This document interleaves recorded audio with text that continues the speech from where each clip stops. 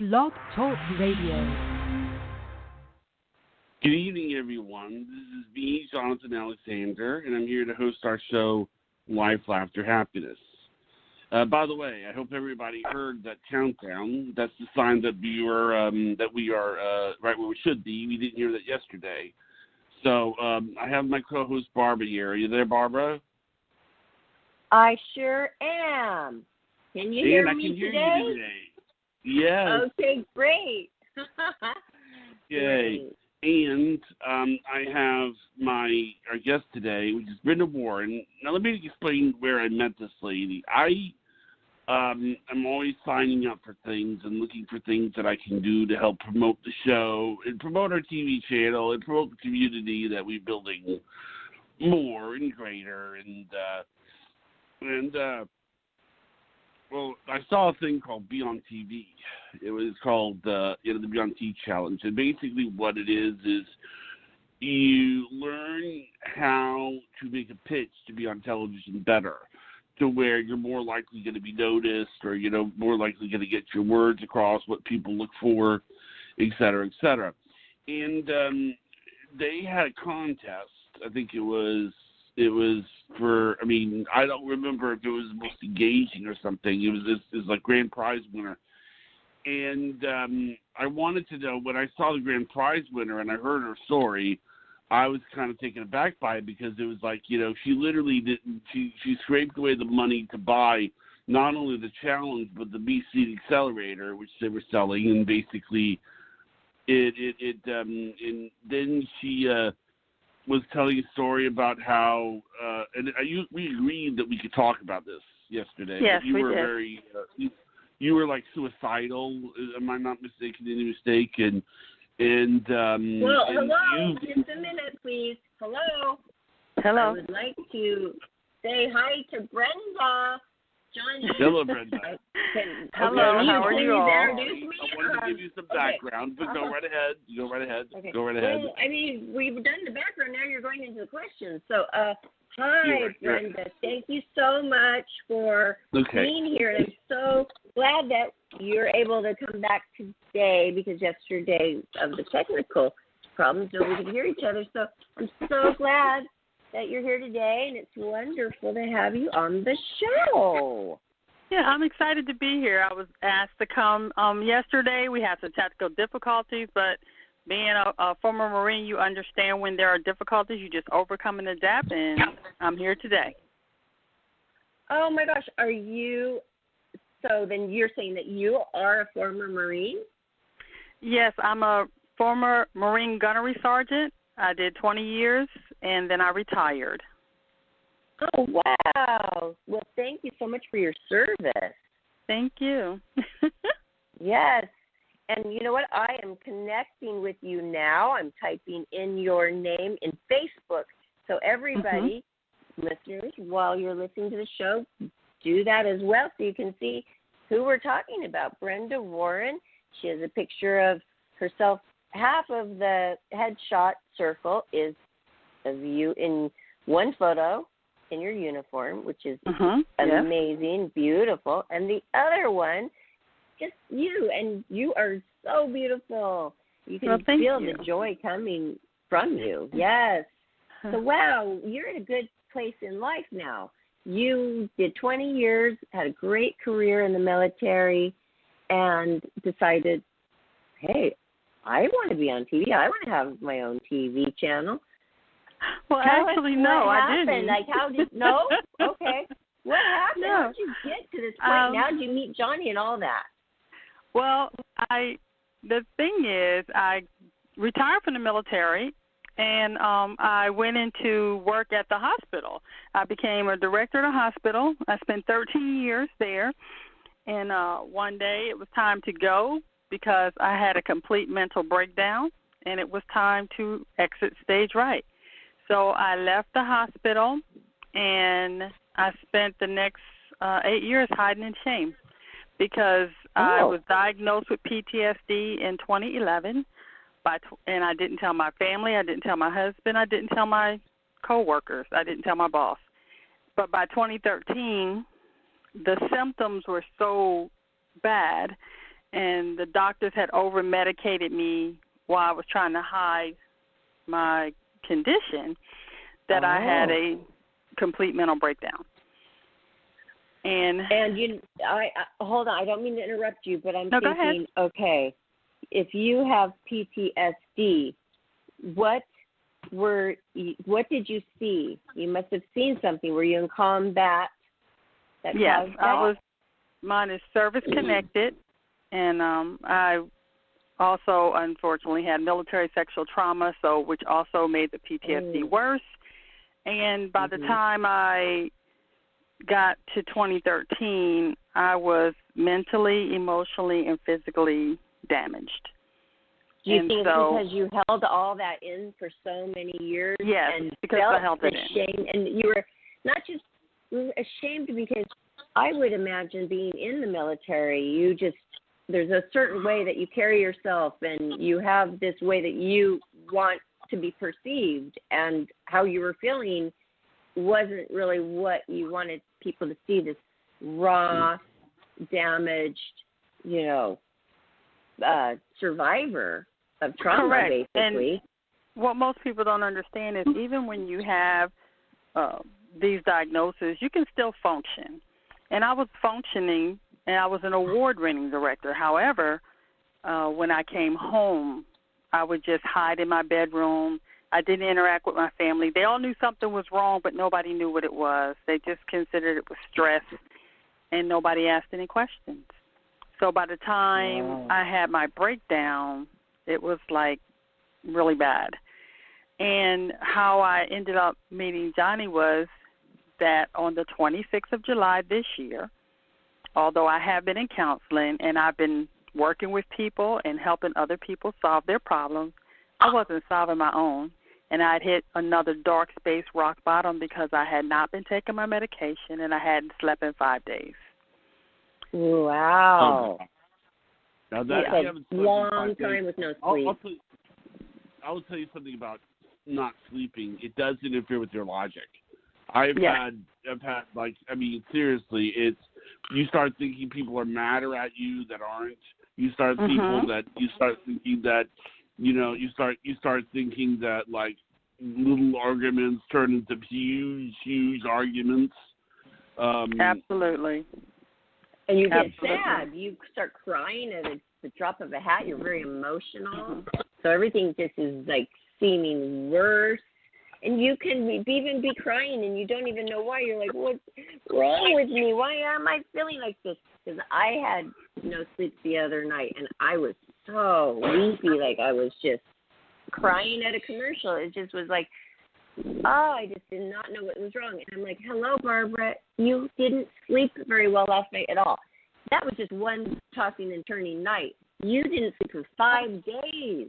I didn't sleep for 5 days, and I'm in working with a sleep study, but you can get to a point when you're in my stage where you think you're okay, and your brain, like you said, your brain's not thinking correctly. But I had hit a wall. That was on the 26th of July. But I was fortunate. I called the crisis hotline because I do have a little card on my wall. I have a protocol for when I hit a bad space. What do you do? Who you call? What do you take? Those kind of things. So that night I did call the crisis hotline, and I was fortunate. I received a person on the line who was able to talk to me, what we call talking off the ledge, and they suggested that I take some medication and get some sleep and then get up in the morning and find something to do to keep me busy. So that morning, July 27th, I woke up. At 6 a.m., I saw the Be on TV challenge in my Facebook feed. I had no desire to be on TV, plus it costs money. So I went and took my morning walk and did my morning Facebook video. But something kept tugging at me to go do it. So at 7:57 a.m., I signed up for the Be on TV challenge, and it started that day at 2 p.m. And by that afternoon, I had done a Facebook post about my badass moment, because one of the assignments was to write out when you remember you were bad. Remember that, Johnny? And yes, it mine was everything. Graduating from college. Yes. Yeah. And everybody's was different. everybody's was different, and one of mine was the fact that my badass moment was basically that over the past year I had lost 51 pounds. I had walked away from a 23-year toxic marriage, and that I was helping people. And I talked about that a little bit. So, okay, so that's good. That was a positive thing.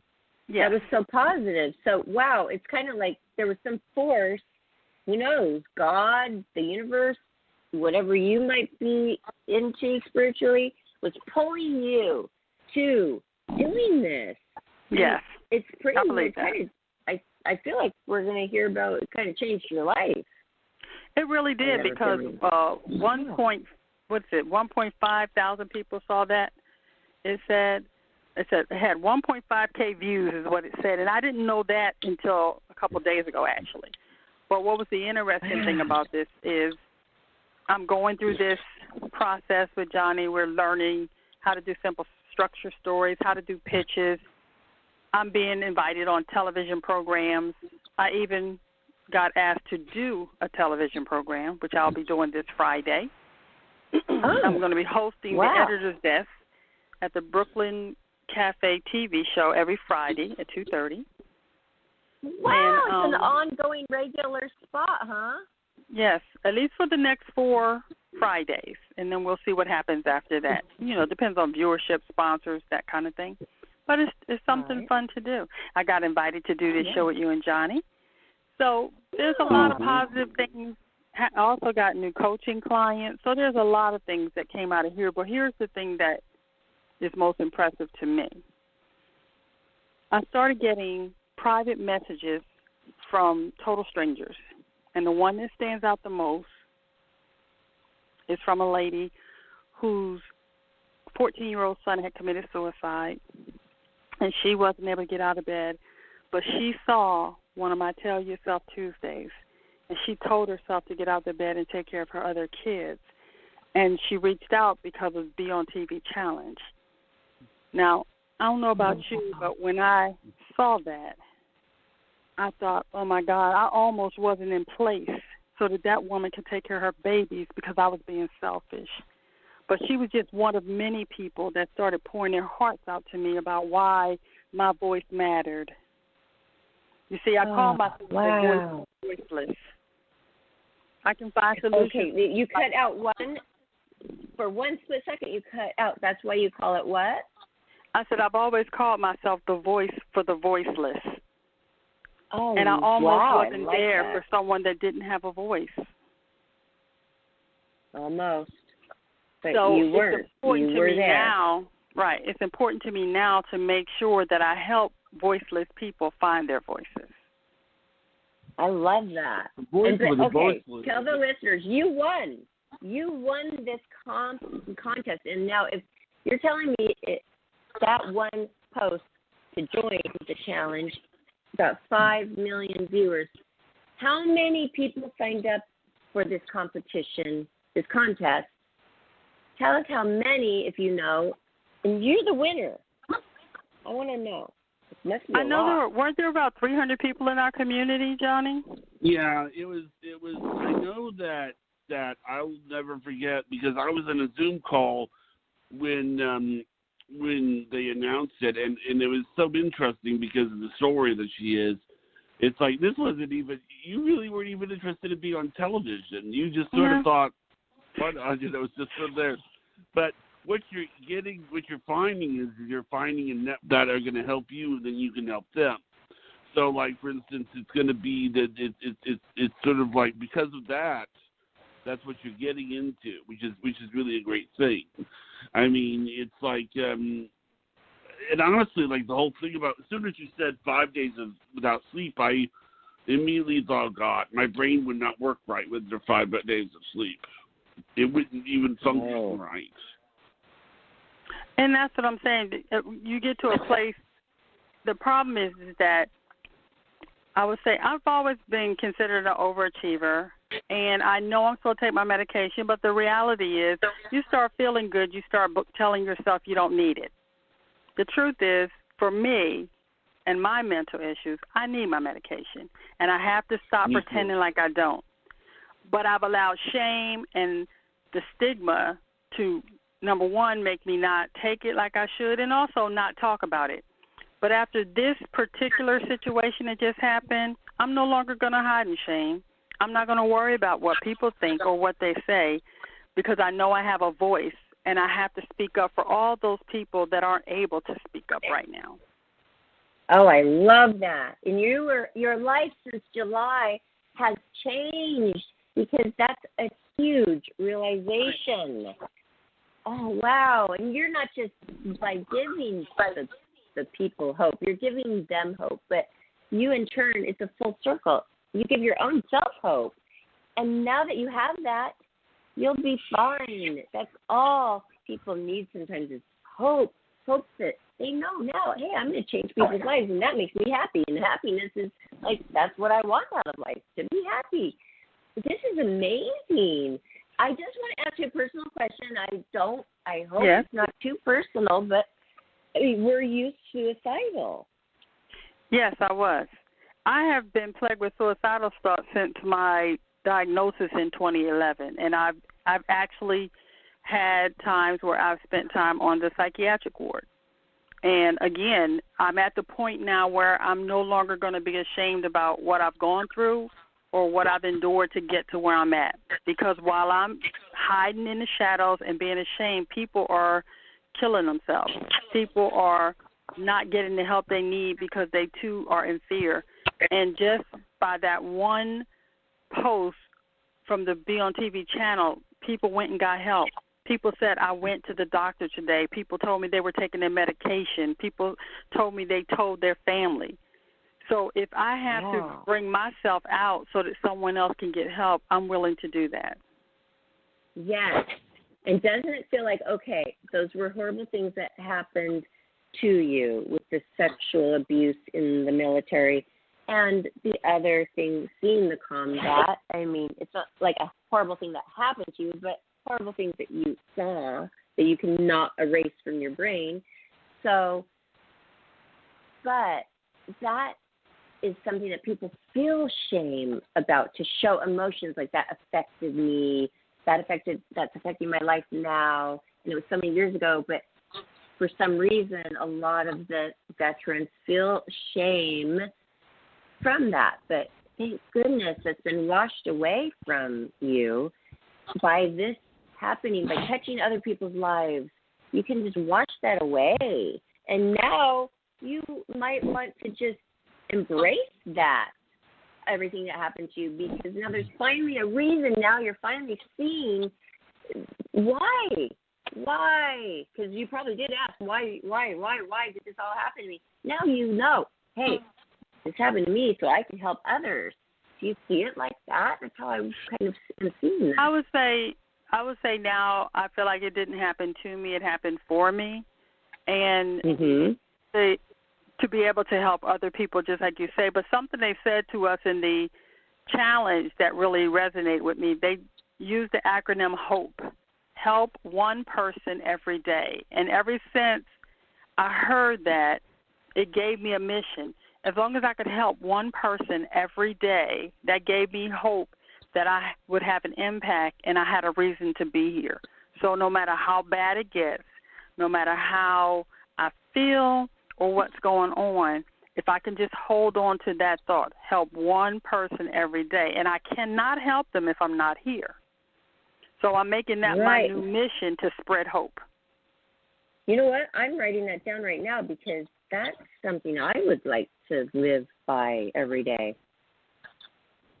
Thank you. And it's important, too, because just like when Johnny was talking about us being on the challenge together, helping each other to grow channels or to do whatever we want to do, that's part of what the challenge does. It encourages you to reach out to the people in the group that you make connections with and help each other professionally and personally develop. And that's an important part of what they do. Teamwork. Mm-hmm. Teamwork, definitely teamwork. And the people in the group, I was just saying, people in the group have been very supportive of me. They have reached out in ways that I can't even begin to express on this podcast, to let me know that I matter, to let me know that there is support and help available, to even so far as to call and check to see if I need someone to talk to. Am I okay now? It's been amazing. Oh, wow. Because you're not just somebody that they're probably used to having, somebody who wants to be on TV or wants to be a producer or director and has this creative side that they just have always longed to do, and then now they have this wonderful company behind them to show them how to do those steps. But you came in a completely different way to them. And so, thank goodness, whoever's running this had their eyes open and saw this gem, which is you, and what it was doing to change people's lives and what you can do. And you have just only begun. I mean, you just started. You just won. And look at how much change you've already done. Wow. Congratulations.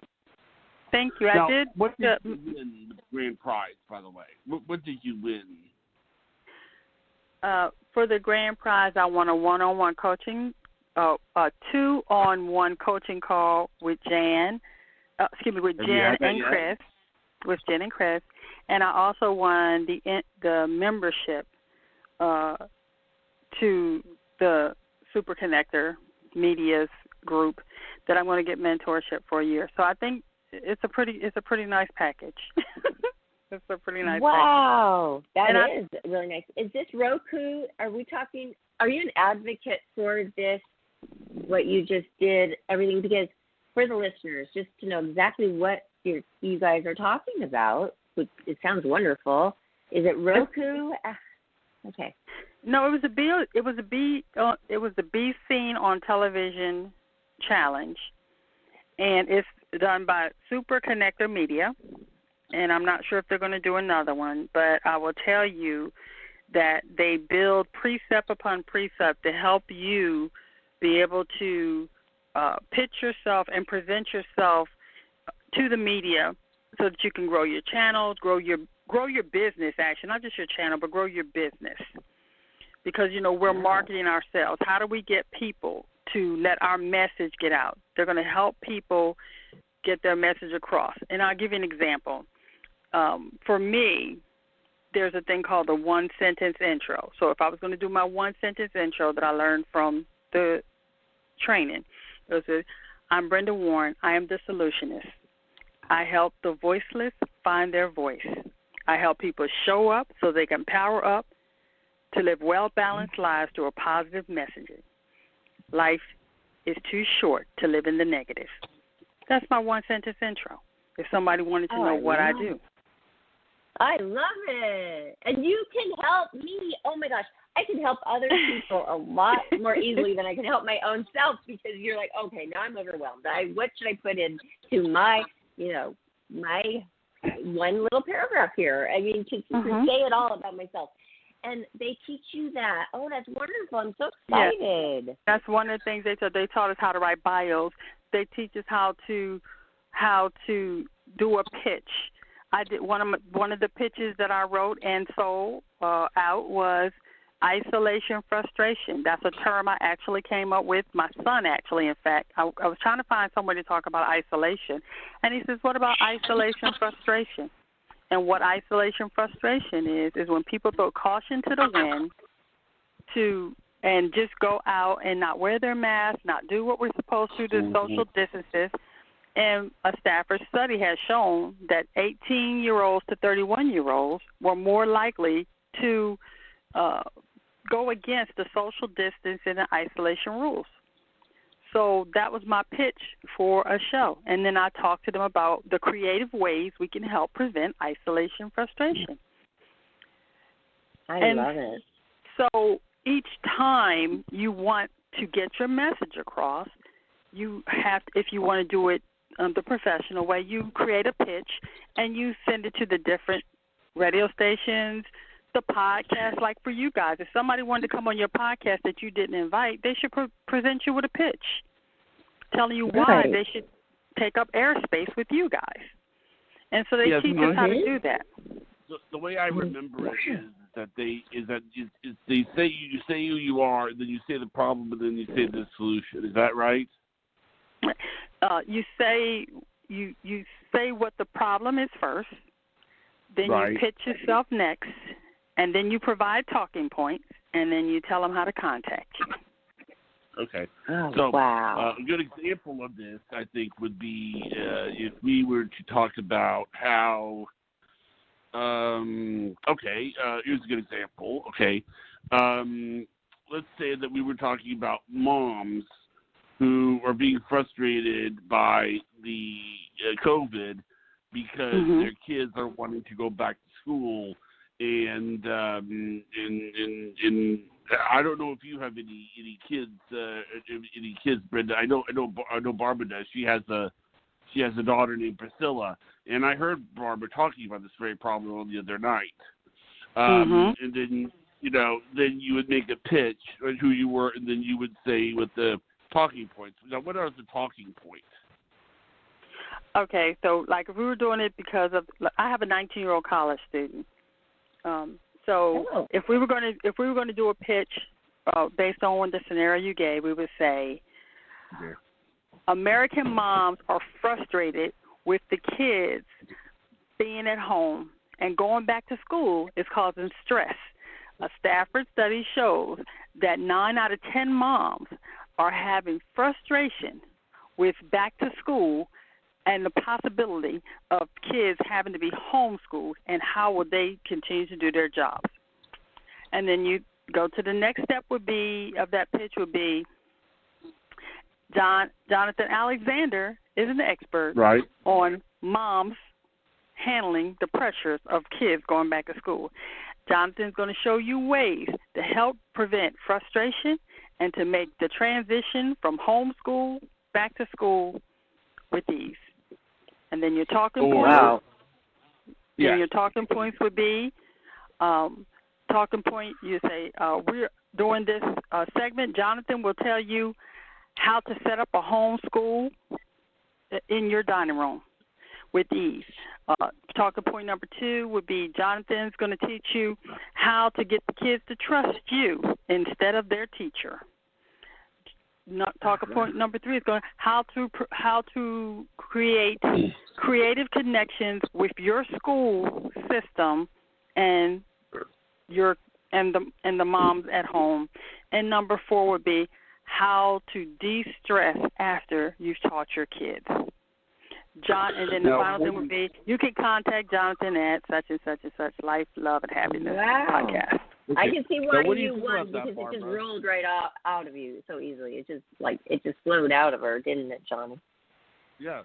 I mean, the reason I say that is I mean, you have to be open. We all have to be open to learning. I'm not saying that I've come far, in my journey with my show, but I'm always wanting to learn more about how to get the word out, how to get word out about the show out. But the thing is that it's like people do help you out more than you realize. I've always been open and accepting that people help me out. I mean, Barbara's helped me out a number of times. She's always she'll bring guests on, and then she'll be like, oh, okay, I have my friend. And this is another thing that I love. I'm teasing Barbara a little bit, but whenever Barbara makes a video or makes a post or something, she'll say, did you like that post I made? Did you like that video I made? I guess I need a little bit of confirmation, from people. I mean, some people need it. Hey, you do good stuff. I need to know. I'm just saying that it's just Thanks, that it's. Johnny. I love this. But it's kind of cute the way you do that. Thank you. Well, thanks, Johnny. You helped me too, and I appreciate that. And even little things. It's so nice to have a wonderful person that is so willing to help. Like simple things like, okay, how do I change my password on Facebook? And then Johnny does the right to work, and he will get me everything I need. He will not stop until it is done. I love that about Johnny. There is also something that you can do on Facebook to where if you get locked out of Facebook, who do you go to? You have someone that you can go to get the help. But I think that we should set each other up for that. Don't you think? Because, yeah. I mean, seriously, because obviously, we both use it for the show. And if one of us didn't have that resource, then it would be a bad thing. Oh, yeah. Oh, yes, because my friend Kurt, when he lost his somebody broke into his hotel room, and he was faraway land, okay, Bangladesh or something like that. And he got his computer, laptop, and phone stolen. He could not get into his Facebook until he got home. He doesn't even know how he even got home. I mean, he just was really lost. So that's a good idea, Johnny. And also, I set up this thing, like, if I die, I'm not invincible. There is a thing on Facebook that who's going to take care of your Facebook page after you die. I use my best guy friend for 25 years, who is also my agent. I chose Kurt, and I have him on there, so he can take it over, and he's the only one who can go in and see. So you have to have somebody who you really don't care. See all your messages and things, maybe. I don't know what they see, but I told him also, come and get my computer. And my silver case, you're in control. Because you have, I'm sure, one person that you could trust with that. Like your son. Your son sounds amazing, Brenda. I think you would be. College. I think you have to have.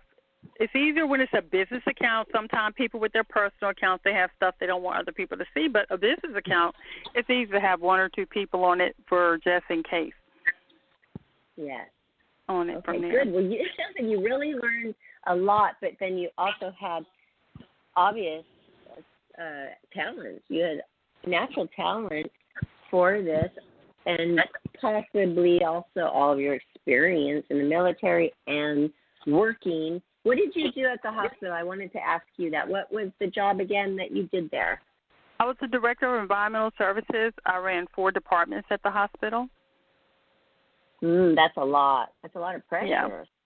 And that's the thing. What I think people, when they hear this, what I think a lot of times they don't think about is that even if you have mental issues, you can still be. There are a lot of functioning members of society that have mental issues, but we have such a stigma about it, which makes it hard for people to come forward and say, "Hey, I have a problem," because imagine if you were my employee and you found out I had a mental issue. You're the head of their department plus 3 others. Yes. Mm-hmm. Yeah, so that's not something you want to go, hey, by the way, boss, I have a problem. No, you don't want to do that because there's a fear of loss of livelihood. How would you, keep your job? I was still doing my job. I was still getting great reviews. But, again, I would come home and melt down daily. And that went on for 3 years. And so now, like I told the people at the Be on TV challenge, I'm no longer willing to walk in the shame of that. I'm simply going to live my life. It is what it is, and I'm going to do my best to help other people the way I wasn't helped. I think it's important to get people. I think it's important to get the stigma erased so that people will get help and they will not hit the bad space. Yes. Don't let them to even get to that point that you even were at yourself. So, because that's a danger. That's a danger zone, obviously. So, okay. But are you ashamed of it anymore? Honestly, I can tell you, yes, I still feel the shame of it. It's like it's not been that new for me, but there's a thing of in the military to tell you have to do it afraid. Right now I'm doing it afraid. I'll probably get off this phone and ask myself, did I say too much? But I can't worry about that right now because there may be somebody else that hears this tonight, and because they heard this tonight, they'll go get help. Well, Yes. you always try here on the show to make sure that people feel welcome with saying how they feel. Don't you think that's true, Barbara? Oh, of course. That's what Johnny's always said from the beginning. He wants the show to be a safe place that people can go to express themselves and talk about anything. And so it's amazing to me that you two, Johnny and Brenda, during this were put together and worked as a team, and you got to know each other, because I think you were good for each other, especially, Johnny. For you, I work with Johnny. He's so loving. He doesn't have a mean bone in his body. You needed that, comforting person, probably. I mean, Yes. How was it working? Yes. How was it working with? Can you elaborate a little bit on how it was working with Johnny? We just the connection was mainly through seeing each other's posts and watching each other's videos, and then Johnny reached out to me mainly after the Be on TV challenge was over, and told me some of the things that he wanted to do, and I was on board for it because he wasn't sure if I would, and which I was surprised, because I thought, why would I say no? So I was very flattered and humbled that he asked for my assistance. Well, it's sort of that's wonderful. Yeah. Empowering. There may be some other people who, it was just like, what it is that I devoted some resources into getting some things made that required some resources that maybe, that maybe Brenda doesn't have. But then Brenda, she devoted time to have some resources on things that there's no way that I could have gotten or had. So that's why I'm thinking that maybe we can help each other out, because this, she's helping me do some things. Like I'm going to hopefully, if all goes well, I'm going to be doing some interviews, pitching our website and our website, the Life After Happiness one, and people are going to see our channel, and we're going to be getting a lot more. And have you checked out our channel yet, Brenda? Honestly, no, I have not. I told you I'm not really into TV or anything like that, but I'm going to make it my point by tomorrow to get this done. Okay. But I mentioned something else because I've heard you say this a lot tonight, is that you have to begin to view that everyone is a potential customer, channel watcher, podcast listener. Yeah. And I'm not sure if you already do that. You may. But I did something because of the Be on TV channel that I never would did before. I put out a "You Have Not Because You Asked Not" video on my Facebook page about asking for people's help to build my website, to learn certain things, and lo and behold, people came in and for free. So I was very impressed with that. Yeah. It actually feels a whole lot better.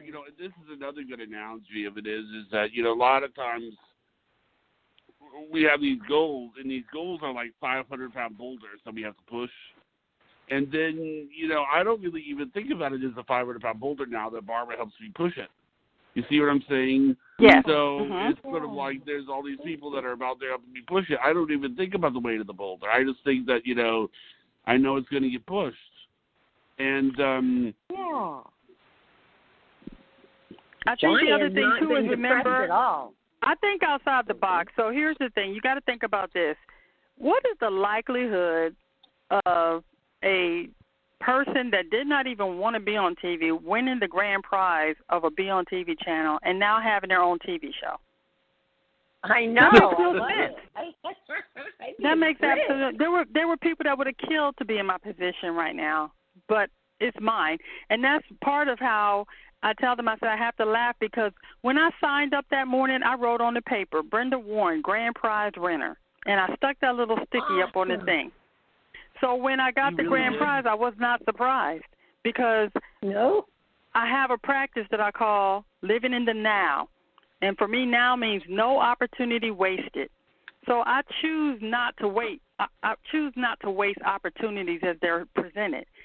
And I would say to you, Johnny, I can tell one thing. You're passionate about your channel, and you're passionate about the podcast, and I know that because every time we talk, you've asked me, have you checked it out yet? And I keep telling you no, but you keep asking me, and I love that. But let me tell you what, it won't ever bother me, but this is important why you do that. It's because you don't have to just do that with me because you think I can do something with that. You have to do that with everybody because you're not going to do things traditionally. And I think that that's why your channel is going to be so awesome because your concept to me is pretty awesome. Yes, and actually I'm going to be making a second channel for Barbara in a few months. Oh, cool. And it's going to be interesting. It's going to be more, I think, for Barbara more than me. It's going to be more something that Barbara can, you know, it's sort of for her as an individual. It's sort of this is my thanks for her helping me out and all this other stuff. Mm-hmm. So I'm going to make this a special channel for her. That's good. That's good. Yeah. And see, that's the thing right there, because you're so willing to help other people and do it. You can't help but be blessed and have what you're doing prosper. Yeah. So your time's coming. You don't have to worry about the different things that maybe, I know you wanted to go on the BSA and different things like that, and that wasn't the right time right now. However, the things you want to do and the community that you're trying to build, I believe that's going to happen because you're so passionate about it. Mm-hmm. I know. And I'm excited to see what you do with it. I will tell you this. I spent, I think it was $30 to get on the Beyond TV channels. And there was a one of those pop quizzes, you know? Mm-hmm. Mm-hmm. And I won one. And it was $55, and I got all my money back from doing the challenge. And I was so happy. I was so it turned out to be a, you know. Oh yeah. Hold on. Okay. Go ahead, Brenda. No, I was just going to say, you see, you can't beat that. Look at that. You go there, you pay for it, but then you win a prize, and it covers the cost that you sent there. So to me, that's right there a sign that you're on the right track and that you're helping other people as you do what you do. Yes. I've seen Johnny go through some changes with things that have been happening with this show since I came along. We're going to be celebrating the show's, is it 13 years? Soon. Yes. And so Johnny was doing this for years. Mm-hmm. Okay, the 18th, by himself. And then he got another co-host. And things started happening more for him. And then I think about a year after that, he hired me. And then things were really more rapidly happening. You know, I built the website. I said, okay, look, you have like all these shows. Let's get them up on YouTube. We got the YouTube channel, the Twitter, the Facebook. And things really started happening. And then he was like, I think he was feeling a lot of anxiety because things were happening so much that he felt more pressure because you do. That's natural. And he wasn't used to feeling that pressure. And when he felt like maybe he couldn't handle that pressure or maybe he was going to disappoint somebody that was expecting something of him, he would go into a little bit of a depression. So I knew about depression because I grew up with a sibling who dealt with, he was bipolar and he was depressed. Not that Johnny's bipolar, but, depression. And I know how to talk to somebody like that. I started to build him up and say, look, enjoy that. This is what you've been working for, Johnny, to have recognition, to have people interested. I mean, just be afraid. Don't push that away. It's going to happen. It's going to be great. And, goals are going to be attained. Enjoy that feeling. I saw it slowly happening. I have not heard a peep out of Johnny for a long, long time about any kind of depression. Right, Johnny? Yes. See, that's a good sign of a good support system. Unfortunately for me, right now, my support system was not the best, but I can say that thanks to the crew on the Beyond TV Challenge, I have an excellent support system, and it's a genuine one. People that did not even know me 2 weeks ago have reached out and laid the foundation for some support that I was not even expecting. So it's been an interesting ride. I sent a friend request to everybody in the group. I mean, because I wanted to. We had, it was interesting. I actually told. They told us to get. And you're gonna love. I'm gonna tell you. I love this story, Barbara. This was they told us to get an accountability buddy, which was somebody that would hold you accountable. And I got this lady who was an accountability person. I forgot what she wanted to do. She wants to do her own television station or something, which is ironic because that's what I was doing. I mean, I had my own radio station, and I told her, I said, well, this is what I'm doing, and I'm going to tell this story because this has to do with part of the reason why I think the show runs so well. We're designed to talk about any topic. And this is important. And I'm not trying to bring up a sad story, but this is sort of relevant. There was one show where apparently that morning Barbara's cat had been killed by a coyote. Do you remember this, Barbara? Well, did we lose? What part? What part? Do I remember?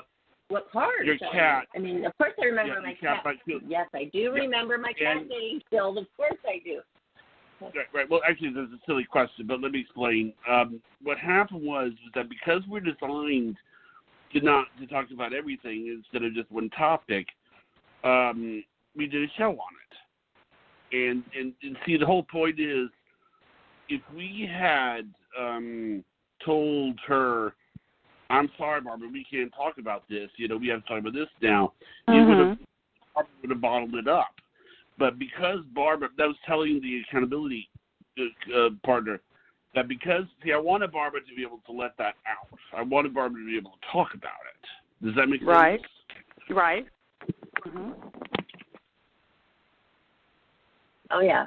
It was great. It's good. That's one of my perks. I can always talk about anything. I have people who are listening, and we have built that support system that you're talking about. At first, it wasn't so much there.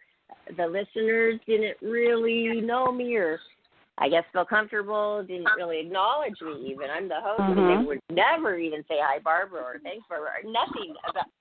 All of a sudden, it just changed, didn't it, Johnny? When it became just Johnny and myself, it was just the two of us, it really started to, gel together. So sometimes people, things don't just happen, overnight, just sometimes they do. Magical things do happen, moments and great things happen, but it takes time and work and, cultivating things. And all of a sudden it just gelled, and I started to get this confirmation from the listeners, and it just made me feel so good, that feeling that they appreciated, me and what I did. And I remember them, I remember their voices and their names, and they're calling in every week. I've been doing this for over a year.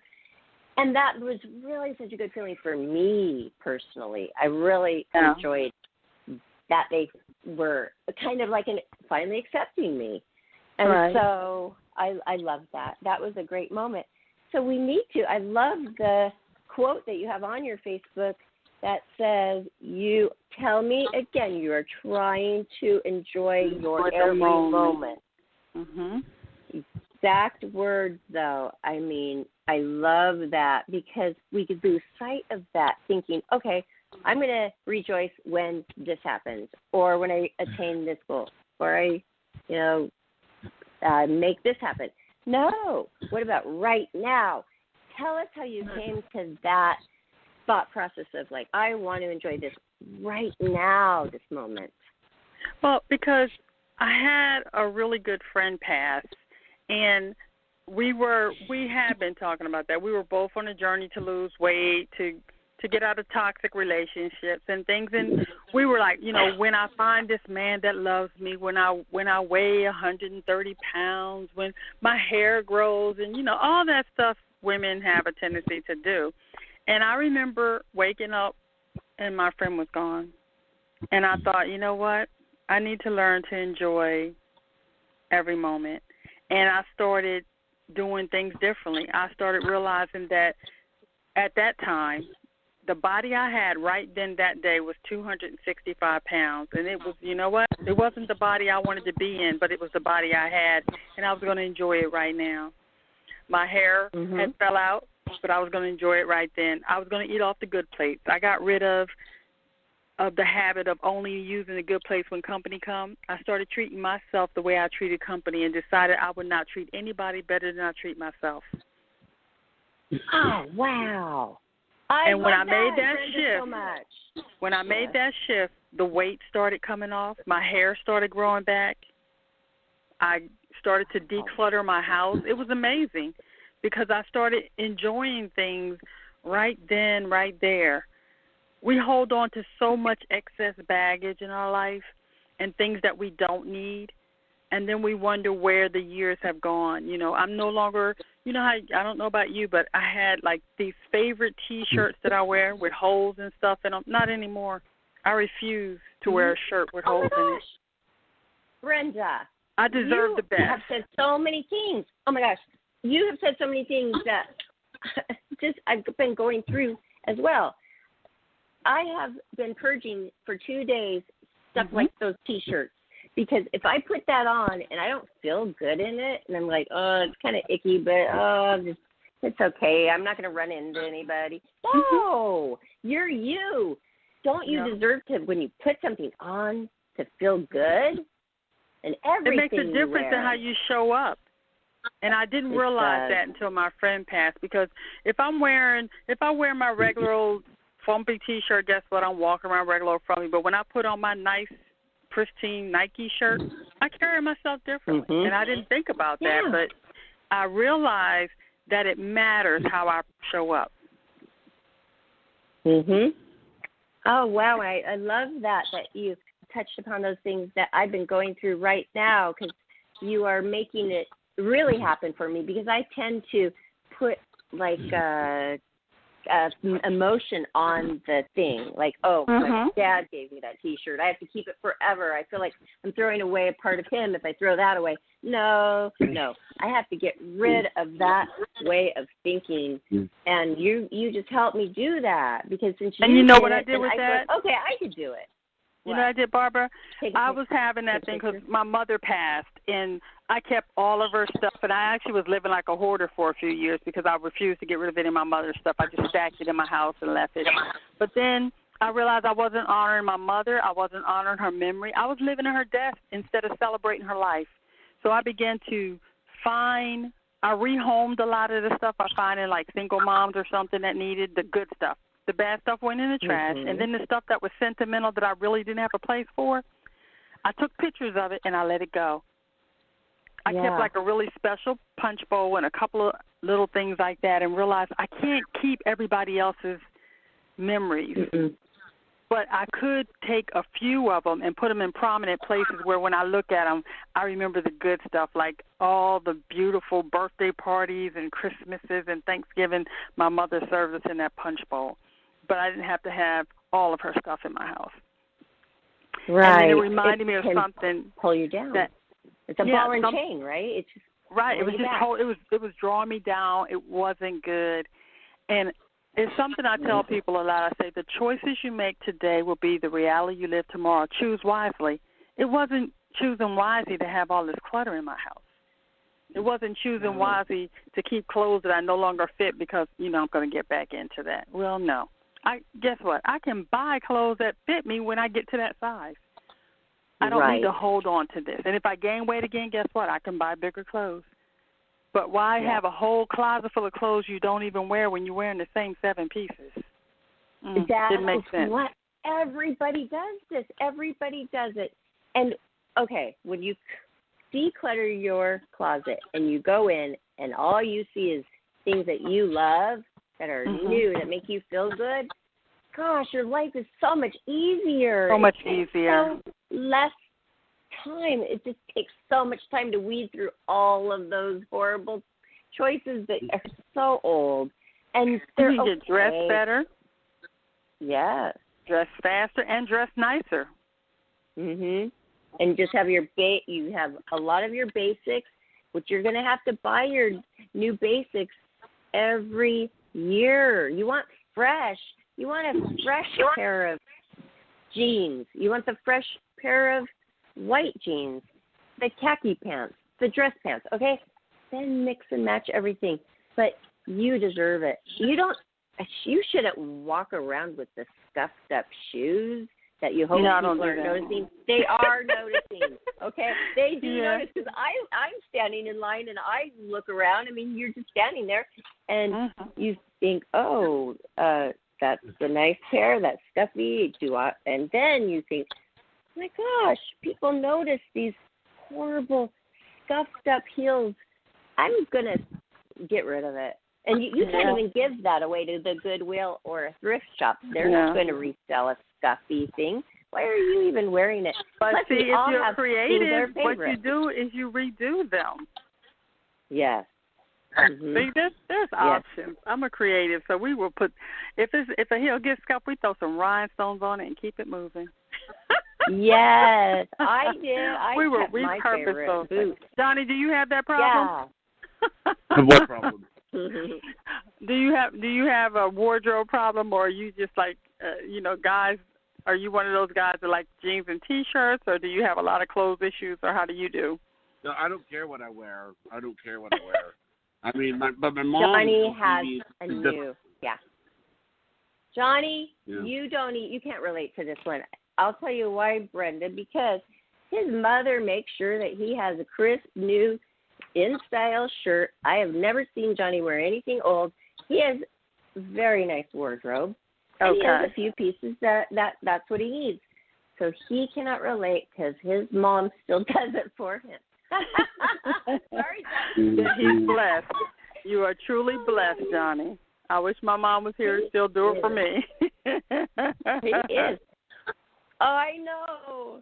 Well, Brenda, I just want to ask you, though, do you ever now think, it hasn't been that long, like just a month since you've won, do you ever think, like, gosh, what if I never would have gone and signed up for this? I mean, even if you didn't win, the sign up and the going through and the learning of all of that sounds like that really changed your life in itself. The win was if I hadn't won it, it would have been. It was amazing. The winning was the icing on the cake as far as the challenge itself is going. But I will say, the mindset shift that I got from attending this program is priceless. Because it's not that it wasn't there. It's like one of those things when something lays dormant, and you know who you are, but maybe you forgot. And I saw this thing on Pinterest that said she remembered who she was. And it changed everything. The TV challenge was a game changer for me. I remembered who I was, and I remembered whose I was. See, I have forgot who I was, and I definitely have forgot whose I was when I was walking through the fog. But I'm clear now. I got this. I love it. Okay, if people go on your Facebook page, will they be able to get information on what you went through, the exact title and contact info, even though you said that they may not do another competition? Are they doing ongoing classes all the time? No, right now we're in the BSA, but they can go to superconnectormedia.com, superconnectormedia.com, and find out about Jen and Chris. And if they want to find out about my stuff, my Facebook page is public. So they could tap on any of my videos, and they'll get an idea of who I am and what I've been through. Wow. Okay, everybody, it's Brenda Warren on Facebook. So watch for me because I requested friendship to you, Barbara Moore. So watch for me. Because I would love to. Well, it's public, so I'll still be able to see your stuff. But I did just want you confirm to know that. Mm-hmm. Oh, good. Okay, I haven't checked since we started the show, but thank you. I'm so excited to go on there and check it out, and I'm also excited for future things that we're doing with you. Because obviously, I'm looking forward to it earlier. Yeah, I don't know if Johnny mentioned to you because channel. I do. Mm-hmm. I do try to post something every day. I do Money Matters Monday, Tell Yourself Tuesdays, Wellness Wednesdays, Thankful Thursdays, Fitness Fridays, Self-Care Saturdays, and Soulful Sundays. Soul Searching Sundays. I love it. Oh, my gosh. Did you make all that up?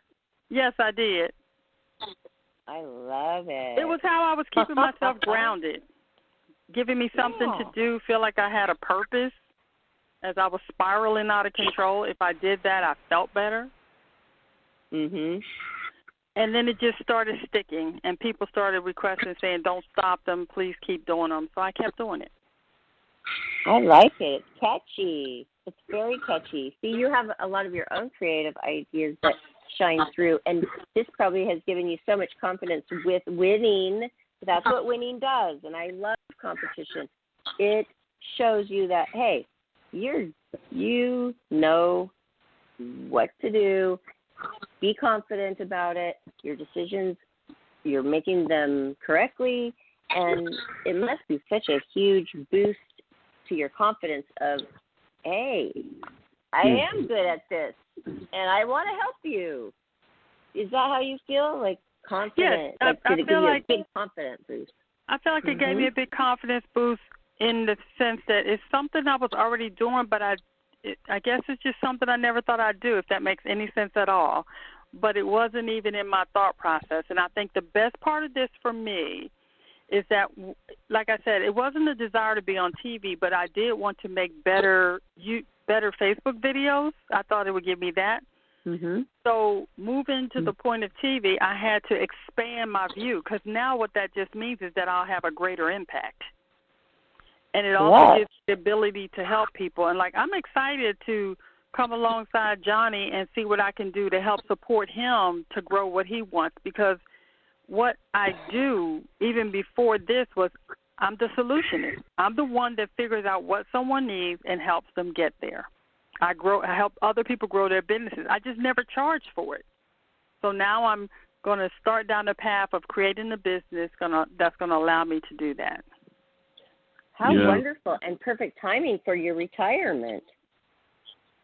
I've been retired since 2000. Oh.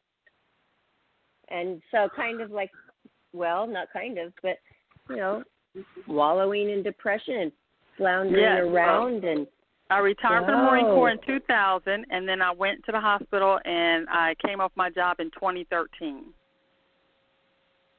Wow. But even though, and here's the thing, this is why I tell you how insidious mental health is, because although I had the mental breakdown, once I got myself semi-together to where I was stable, I was still helping other people grow their businesses. I was still coaching other people. I just, like I said, I wasn't charging it for it because it was limiting the belief that, oh, I have a mental problem. I can't charge people for this. But guess what? I was getting results. Yeah, you were functioning just fine. I think that one really, you were putting it both together, thinking how I can't charge because I'm not perfect. Hey, nobody's perfect. Nobody is. And you know what? Probably every single person out there has some kind of a mental problem, if they want to call it a problem. It's like we are human. So, wow, this is just an amazing story. And I'm sure that this couple that the two people who are running this business are so grateful that you came along. Yes, and they've been very supportive. Like they're wonderful. Wonderful. They are people, very. huh? Jen and Chris did, it's a business, but what they do is much more because they did over-deliver for what they promised us to do, and the support they provided us, the connections they gave us. It's just, think about this right now. Johnny and I have connected, and he didn't move on to the next stage. However, they created an environment that says, regardless, if you're part of this community, help each other.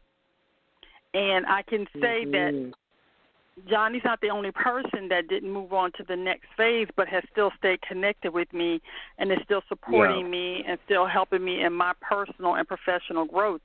So they created an environment that said hope is important. Help one person every day. They live by that.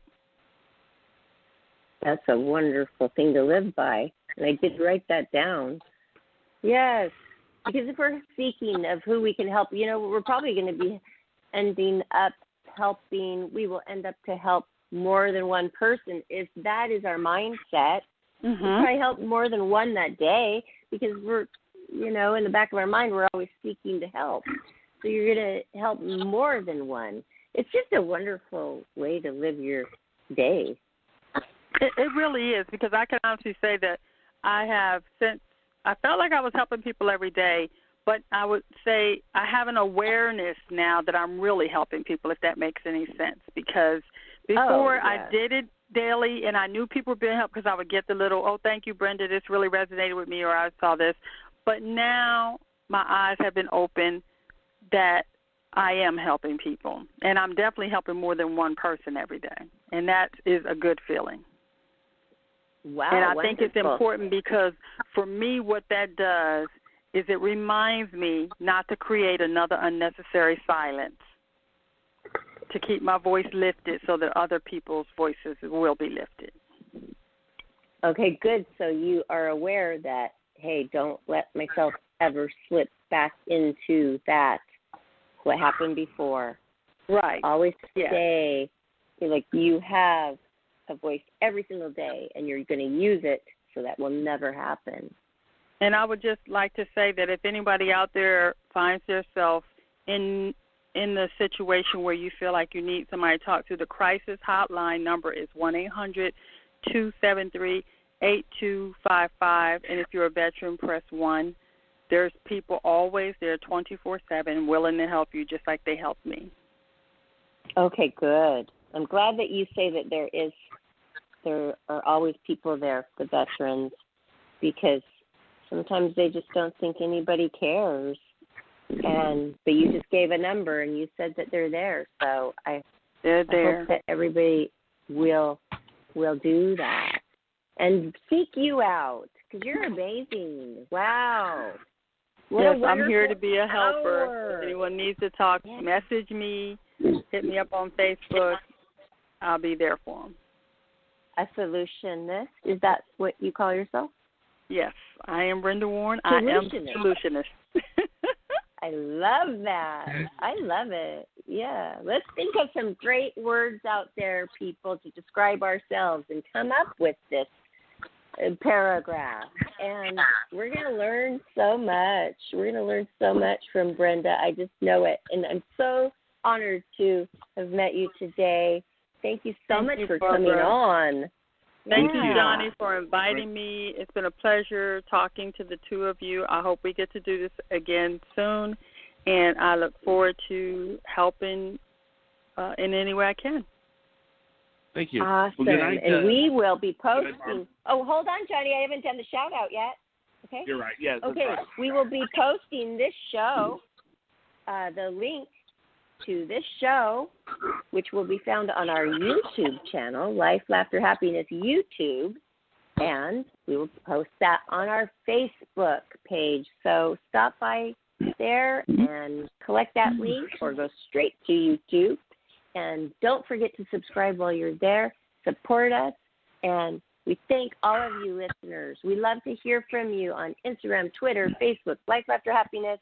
We love you all. Thank you for listening, and thank you so much, Brenda. So Brenda Warren, she's on Facebook, and if you didn't catch that phone number, contact her.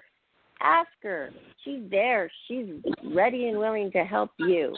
What a wonderful story and testimony we witnessed today from you, Brenda. So thank you so very much. Thank you. And, Barbara, I'm also on Instagram, Brenda Warren 2037. I keep forgetting that. Okay. I love Instagram. That's my main one that I love so much, too. Okay, I'll definitely connect you there, too. All right. And thank you so much, Johnny, for everything you've done. Yeah. Well, good night, Barbara. Good night, Brenda. Good night. Have a great one. Be blessed. Good night, you